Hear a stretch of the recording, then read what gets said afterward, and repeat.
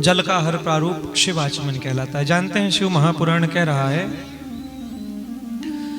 प्राणी मात्र को विधि पूर्वक शिवलिंग को स्नान कराना चाहिए।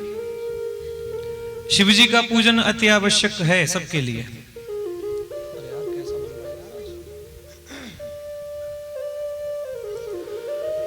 शिवजी में जल की धारा सबको अर्पित करनी चाहिए महाराज।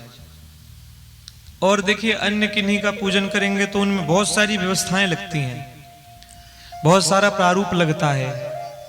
लेकिन शिवजी की कृपा तो ऐसी है, शिवजी की भक्त वत्सलता ऐसी है कि शिवजी ये कहते हैं हमें बहुत सारा कुछ तो नहीं चाहिए, केवल जल की धार अति प्रिय है। आप जब कभी शिवजी के ऊपर जल की धार अर्पित करें, शिवजी को प्रणाम करके उस गिरने वाले जल को 3 बार हाथ में अंजलि में लेकर के उसका पान करें महाराज। आप जानते हैं समस्त पाप दूर हो जाते हैं। अग्राहिम शिव नैवेद्यम पत्रम पुष्पम फलम जलम। शिवजी के जल को लेकर के जो प्राणी शालिग्राम भगवान को स्पर्श करा के ग्रहण करता है वो और बड़भागी हो जाता है। शिव महापुराण कह रहा है, शालिग्राम शिला संगात सत्वार्तम याति पवित्रताम। आपको कोई बहुत पुराना रोग है, वर्षों पुराने रोग से अच्छा लाख बार प्रयास कर लिए, दवाइयां करा लिए, लेकिन यथासंभव फल नहीं मिल पा रहा है। शिवजी के आचमन को 3 बार लेकर के शालिग्राम शिला को स्पर्श करा के उसे अगर ग्रहण करते हैं तो महाराज अति लाभदायक हो जाता है।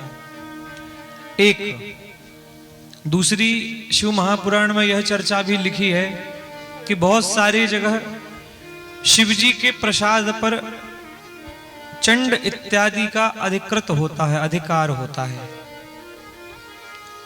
शालिग्राम शिला में स्पर्श करा के प्रसाद अथवा आचमन को ग्रहण करने से चंड के द्वारा लगने वाला दोष भी निराकरण की ओर चला जाता है।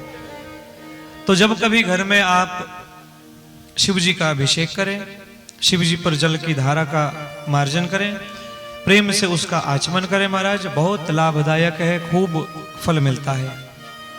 तो ये शिव आचमन की विधि आपने हमने श्रवण की। अब कथा आपकी हमारी बेलपत्र की महिमा की ओर जा रही है। दोनों हाथ उठा करके प्रेम से सभी लोग बोलिए शिव महापुराण की जय हो।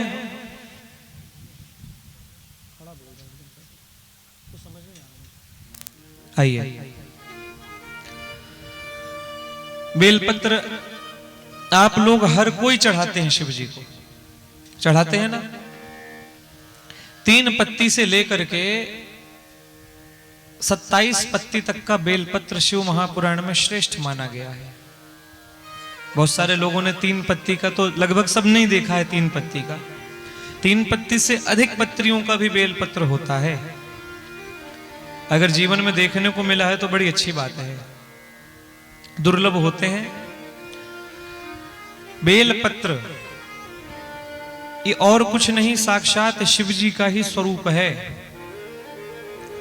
हर किसी पेड़ में अलग अलग देवों का वास है, उनका प्रिय कुछ ना कुछ प्रभाव हर किसी पेड़ में है। ठीक ऐसे ही बेल का पेड़ शिव जी को अति प्रिय है महाराज।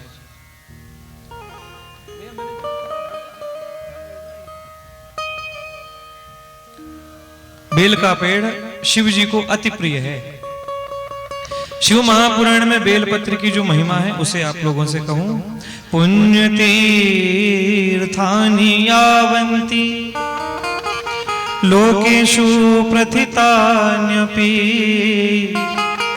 तानि सर्वाणि तीर्थानि बिल्वमूले बसन्ति। शिव महापुराण कह रहा है, एक बेल के पेड़ की जड़ में आपने दुनिया भर में जितने तीर्थों का दर्शन किया है या जो दर्शन करने को शेष भी हैं, नहीं जा पा रहे हैं कहीं, बेल की पेड़ के जड़ में जल अर्पित करके उसके परिक्रमा को कर लीजिए, दर्शन को कर लीजिए। शिव पुराण के शब्द हैं, तानि सर्वाणि तीर्थानि बिल्व मूले बसंति। बिल्व वृक्ष की जड़ में सब प्रकार के तीर्थों का वास है, चाहे वह काशी हो, चाहे वह वृंदावन हो, चाहे अयोध्या जी हो, चाहे मथुरापुरी हो, चाहे दुनिया का कोई तीर्थ हो, बेल वृक्ष की जड़ में सबका वास है। मैंने कल भी आप लोगों से एक बात कही थी, याद हो तो, जीवन में दो काम सभी को करना ही है। पहला काम शिवलिंग की स्थापना करो। स्थापना नहीं कर पा रहे हो तो किन्हीं भक्त को, ब्राह्मण को, संत को शिवलिंग को दान में दे दो। एक शिवलिंग खरीदो, बन सके तो धातु के लिंग हो तो बड़ी अच्छी बात है, पीतल के लिंग हो, लोहे के लिंग हो। ये नहीं हो पा रहे हैं महाराज तो नर्मदेश्वर लिंग हो। नर्मदेश्वर मतलब नर्मदा जी के जल के भीतर रहने वाले शिवलिंग नर्मदेश्वर कहलाते हैं। ये नर्मदेश्वर लिंग ला करके किन्हीं को दान में दो। ये जीवन में पहला काम है। किसी को दो अथवा ना दो, अपनी अपनी कन्याओं को एक शिवजी का लिंग अवश्य दान में दीजिए।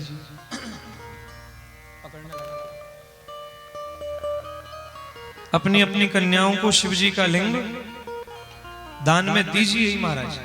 कल है ना विवाह चरित्र, शिवजी का विवाह कल होना है। आप लोगों को कल हम बताएंगे कि कन्या को कन्यादान में क्या क्या देना चाहिए, उसमें भी मैं बताऊंगा शिवजी की प्रतिमा के बारे में। तो जीवन में एक बार शिव पिंडी को अवश्य स्थापित करें। और दूसरा काम है एक बेल का वृक्ष लगा करके उसे पोषित करें। जब तक वह बड़ा नहीं होता अपने पुत्र की भांति उस बेल वृक्ष की देखरेख करें। जैसे आप ध्यान से स्वयं भोजन करते हैं, ऐसे ही उस बिल्व वृक्ष की जड़ में बड़े होने तक रोज जल डालें, उसकी सेवा करें। बेल का वृक्ष अति लाभदायक है, साक्षात शिव स्वरूप है। शिव महापुराण क्या कह रहा है बेल के वृक्ष के बारे में? बिल्व मूले महादेव लिंग रूपम मध्यमम यह पूजयति पुण्यात्मा सा शिवं प्राप्नुयात् ध्रुवम्। शंकर जी की पूजा सामान्य रूप से करते हैं तो उसका लाभ मिलता है, लेकिन अगर कोई भक्त शंकर जी को बेल के वृक्ष की जड़ में स्थापित करके और वहां पर शिव जी का पूजन करता है महाराज, अति दुर्लभ उसे फल प्राप्त हो जाता है, शिव जी का अति प्रिय हो जाता है। जिस किसी व्यक्ति ने बेल के वृक्ष की जड़ में शिवजी का मंदिर बनवा दिया या शिवजी की पिंडी स्थापित कर दी, जितने लोग, जितने भगत आकर के उस पिंडी में जल चढ़ाएंगे, पूजन करेंगे, उसका फल स्वतः व्यक्ति को मिलता जाएगा। बेल का वृक्ष विल्व मूले जलेर्यस्तु मूर्धान अभिविशिंचते। खूब इच्छा मन में है कि हम दूर दूर तीर्थों में, दूर दूर नदियों में जाके डुबकी लगाएं, समुद्र में स्नान करें, उसके फल को प्राप्त करें। संभव नहीं हो पा रहा है।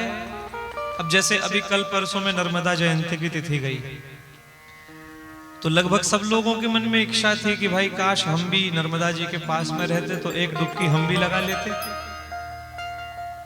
लेकिन नहीं जा पा रहे, खूब दूर है।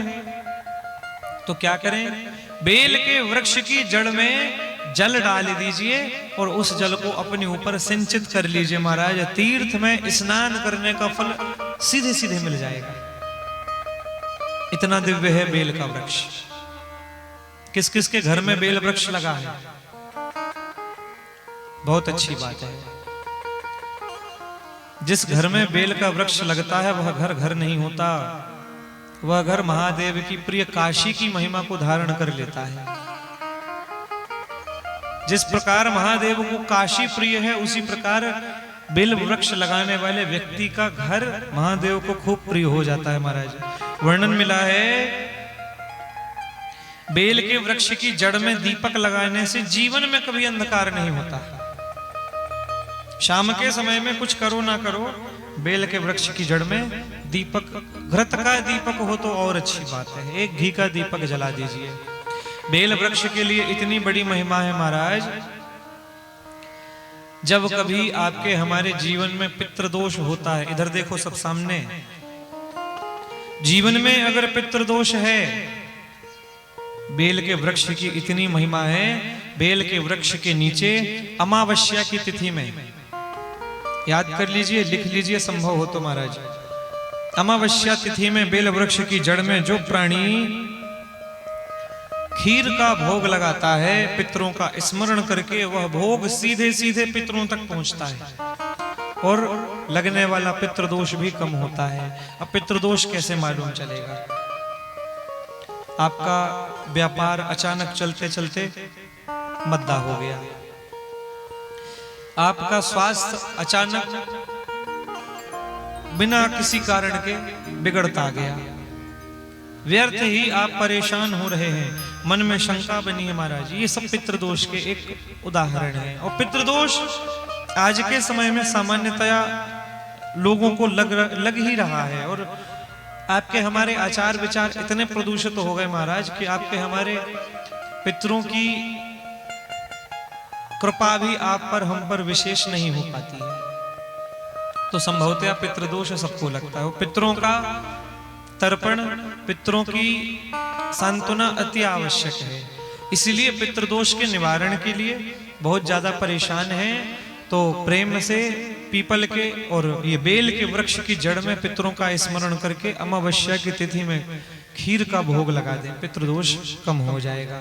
वर्णन मिला है, विल्व मूले शिवरतम भोज येद्यस्तु भक्तितः एकं वा कोटि गुणितं तस्य पुण्यं प्रजायते।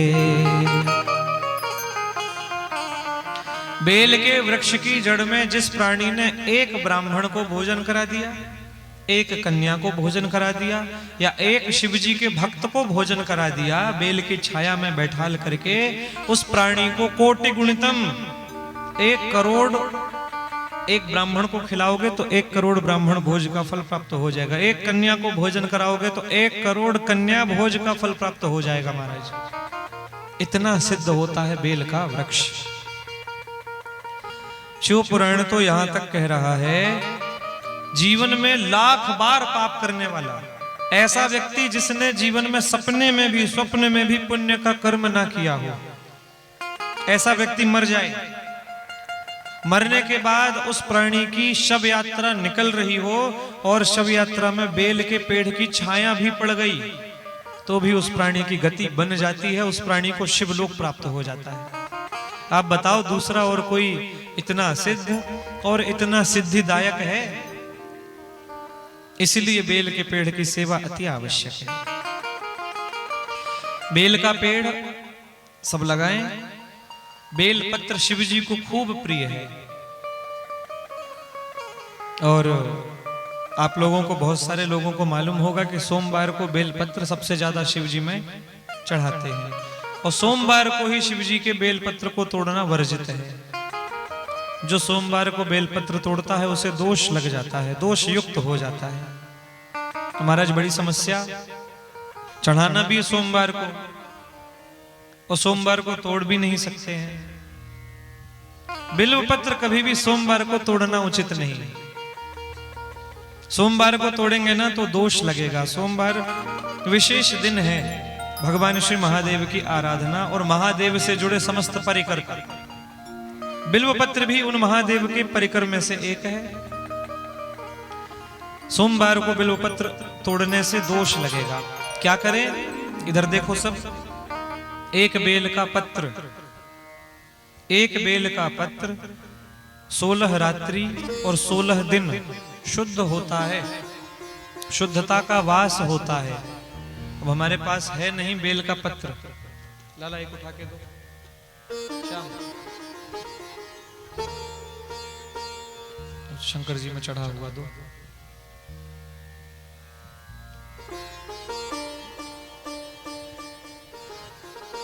हाँ, ये जो बेल पत्र होता है ये 16 रात्रि और 16 दिनों तक शुभ फल को देता है महाराज। इस बेल पत्र में अशुद्धि का वास 16 रात्रि 16 दिनों तक नहीं। अब इसे आप आज तोड़े हैं ना तो आने वाले 16 दिनों तक निरंतर चढ़ा सकते हैं आप। हम कहते हैं ना कि नहीं फूल कल का हो गया, बासा हो गया, ताजा नहीं है। ये बेल पत्र में कभी ऐसे दोष नहीं होते हैं। 16 रात्रि 16 दिन होता है, ये तो अच्छा है, टूटा हुआ है। बेल के इस पत्र में पीछे एक वज्र भी होता है। इसके डंठल को जब पूर्ण डंठल को तोड़ते हैं तो उसमें दिखाई पड़ता है वज्र। आप जानते हैं वज्र युक्त पत्र शिव जी को प्रिय नहीं है। इस वज्र को निकाल दें। बेल के पत्ते में अगर आपके नाखून लग रहे हैं, ये नाखून के लगने से भी इसका महत्व कम हो जाता है महाराज। तो बढ़िया कोमल कोमल पत्तों को हाथ से अच्छे से तोड़िए, वज्र को हटाइए।